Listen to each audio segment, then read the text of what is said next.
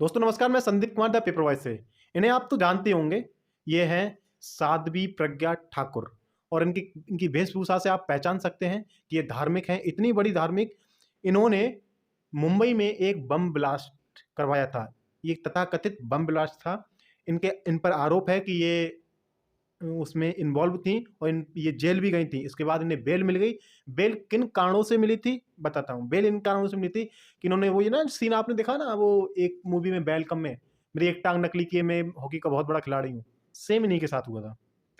तो ये था इनकी। लेकिन इन्होंने अपना जो एक ऑर्गेनाइज तरीके से अपना कैरेक्टर बनाया है ना, तो बहुत ज़्यादा वायलेंस है वो। उसमें क्या है, नफरती चिंटुओं के लिए ये एक पिलर का काम करती हैं, स्तंभ का। ये उस स्तंभ पे खड़ी हैं जहां पर बहुत सारे इनके ऊपर ऐसे नफरती चिंटू हैं जो इन्हें बहुत ज्यादा सपोर्ट करते हैं। सपोर्ट किन चीजों के लिए करते हैं, इन्होंने एक कमिटमेंट किया था एक सभा में। ये कहा था, पहले आप बयान ही सुन लीजिए, इस पे ज्यादा चर्चा करने की कोई जरूरत ही नहीं है, पहले बयान सुन लीजिए।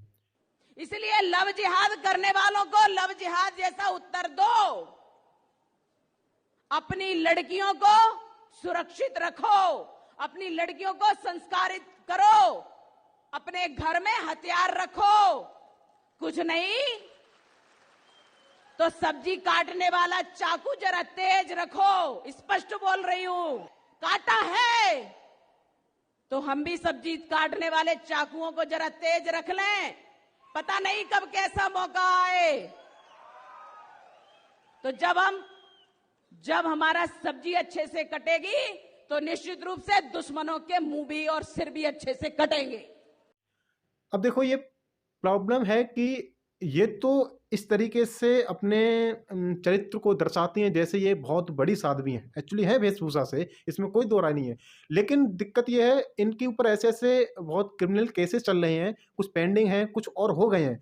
अब क्या हुआ है, जो कर्नाटक की सरकार ने है, वहाँ के जो लोकल लीडर है जो कांग्रेस का, उसने इनके खिलाफ एफआईआर, जो वहाँ की कांग्रेस का लोकल लीडर है, उसने इनके इस बयान के खिलाफ एफआईआर दर्ज की है। चाहे वो फिर इसको सियासत के तौर पर देखा जाए, चाहे वो फिर ये देखा जाए कि धार्मिक उन्माद के लिए, धार्मिक कट्टरता फैलाने के लिए, या एक दूसरे धर्म या दूसरे संविधानों को मतलब भड़काने के लिए, या खुद के अपने हिंदुओं को भड़काने के लिए ये एफआईआर दर्ज हुई है। बहरहाल ये ऐसे बयानों से बयान देती रहती हैं और ये बेल पर छुट्टी रहती हैं। ये कोई नई बात नहीं है। इस साध्वी ने इससे पहले एक और बयान दिया था जिसने राष्ट्रपिता महात्मा गांधी को गोली मारी हो, जिसका नाम नाथूराम गॉडसे है। जुबान पे भी लेना चाहिए ऐसे व्यक्ति का नाम। लेकिन उनको ये राष्ट्रभक्त बता रही हैं कि मतलब मैं राष्ट्रभक्त थे, हैं और हमेशा रहेंगे। तो इस पर पीएम मोदी ने उस समय कहा था कि मैं इनका सपोर्ट नहीं करता और मैं दिल से दुख हुआ है। अब इस बात पे दुख नहीं हुआ है नरेंद्र मोदी जी आपको कि आप एक संवैधानिक पद पर रहते हुए इस आपकी ये जिम्मेदारी बनती है कि आपके पार्टी की नेता ये कह रही हैं कि हिंदुओं जाग जाओ, या हिंदुओं अपने घर में हथियार रखो, चाकू पहना धारदार रखो। इसका क्या मतलब निकालूं कि आपका कद्दू बहुत टाइट है, वो कट नहीं रहा है इसलिए चाकू रखो, या आप सब्जी काटने में आपका चाकू है बहुत उसकी शार्पनेस चली गई है इसलिए मतलब उसके धारदार बनाइए। क्या है मतलब? एक खुले मंच से आप इस तरीके से बयान दे रहे हो और जो सपोर्ट करने वाले हैं वो कुछ बोल नहीं रहे हैं, तो इसका मतलब समझा क्या जाए? आप ये भी तो कह सकते हैं, आपकी पार्टी के बड़े-बड़े लीडर भी तो कह सकते हैं कि हमें ऐसे बयान से बचना चाहिए और इन पे कार्रवाई करनी चाहिए। अब कम से कम कानूनी तौर पर कार्रवाई नहीं करे, लेकिन एक दल के रूप में तो कार्रवाई करे। लेकिन आप उस पे भी चुप रहते हो। चुप रहने का मतलब ये समझता हूँ कि आप उसका समर्थन करते हो।